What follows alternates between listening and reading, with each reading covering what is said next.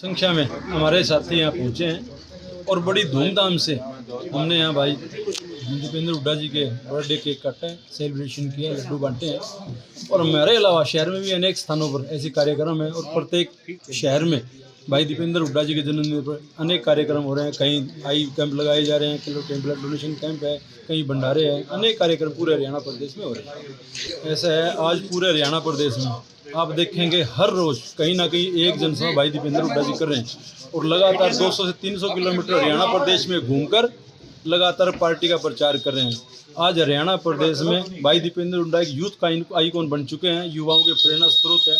जहाँ भी वो चलते हैं युवाओं का हजूम उनके साथ हो जाता है। इसमें कोई दो राय नहीं, आने वाला समय युवाओं का है और उसमें कोई दो राय नहीं कि आने वाले समय में हरियाणा प्रदेश की बागडोर भाई दीपेंद्र हुड्डा को मिलेगी, ऐसा मेरा पूरा विश्वास है। जैसे अभी लोकसभा और विधानसभा चुनाव होने तो दीपेंद्र हुड्डा को किस तरह की जिम्मेवारी आगे सौंपी जाएगी? आज हरियाणा प्रदेश के किसी गांव में किसी गली में आप चले जाएं, हर एक व्यक्ति के दिमाग में या जबान पर एक ही बात है कि हुड्डा आवेगा। इसका मतलब ये है कि जो 10 साल का शासन चौधरी भूपेंद्र सिंह हुड्डा जी का हरियाणा प्रदेश की जनता ने देखा, चाहे पिछड़ा वर्ग की बात करें तो उनके उत्थान के लिए अनेक काम किए, चाहे क्लास 1 और 2 में नौकरी की बात हो, चाहे वो छात्रवृत्ति योजना की बात हो, चाहे जो है ना दलितों को 100 गज के मुफ्त प्लाट देने की बात हो, चाहे जो ना कर्मचारियों की मांगों की बात हो, समय समय पर उनकी तनख्वाहें बढ़ाने की बात हो। हर कर्मचारी खुश था, किसान खुश था, कभी कोई आंदोलन नहीं हुए। तो उनके 10 साल के कार्यकाल को देख के और अब खट्टर साहब के 10 साल के कार्यकाल को कंपेयर करके प्रदेश की जनता एक लगातार कह रही है कि आने वाला समय चौधरी भूपेंद्र सिंह हुड्डा का है और भाई दीपेंद्र हुड्डा का है। और हरियाणा की 10 की 10 लोकसभा सीटें भाई दीपेंद्र हुड्डा, चौधरी उदय भान जी और चौधरी भूपेंद्र सिंह हुड्डा जी के नेतृत्व में कांग्रेस जीतेगी, ऐसा हमारा मानना है। वो मेरा नमस्कार। आज हमारे युवा दिलों की धड़कन भाई दीपेंद्र हुड्डा जी का जन्मदिन है और सभी कांग्रेसियों ने यहाँ भाई साहब के शोरूम पे आके हमने जन्मदिन मनाया है।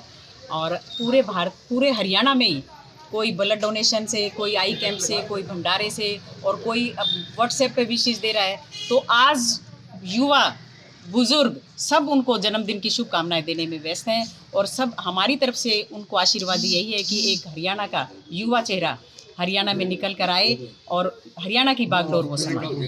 जैसे वो प्रदेश भर में गाँव में भी जा रहे हैं तो महिलाओं का उनके प्रति कितना योगदान रहता है, किस तरीके से वो देखती राजनीति में उनके प्रति? मैं कहती हूँ महिलाओं का, जैसे भी हम फील्ड में जाते हैं महिलाओं का पूर्ण योगदान रहता है। महिलाएं बात करती हैं तो जैसे मैं गाँव में गई थी पिछले दिनों तो महिलाएं कहने लगी, आए बेटी, बोले हुड्डा का बढ़िया राज था। मैंने कहा फिर अब की बार लिया हुड्डा को। बोली मैं तो यही कहूँ, तुम काम हम धक्के खाने लग रही, इधर उधर घुमो, हुड्डा नहीं दे दो ना सारी बागडोर। उन बेचारियों को ये नहीं पता कि भी इलेक्शन होता है या नहीं होता है। सिर्फ उनकी यही सोच है कि हुड्डा सरकार बढ़िया सरकार थी, क्योंकि महिलाओं जो है ना महंगाई की मार से बहुत ज़्यादा प्रताड़ित है। सब की मार महिलाओं को सहनी पड़ती है। मोदी सरकार ने महिलाओं को जो महंगाई दी है उसको कभी नहीं भूल सकती। सिलेंडर के रेट देख लो, आप बिजली के दाम देख लो, सब्जियां देख लो, रसोई हम बार बार में महिलाएं यही कहती हैं कि महिलाओं की रसोई मोदी ने खोई।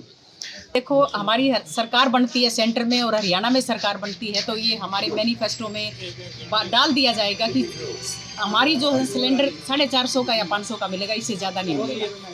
450 का सिलेंडर कांग्रेस की सरकार देती थी, इन्होंने 9 साल में 1100 कर दिया, जो बहुत ही हर एक गृहिणी की पहुंच से बाहर है।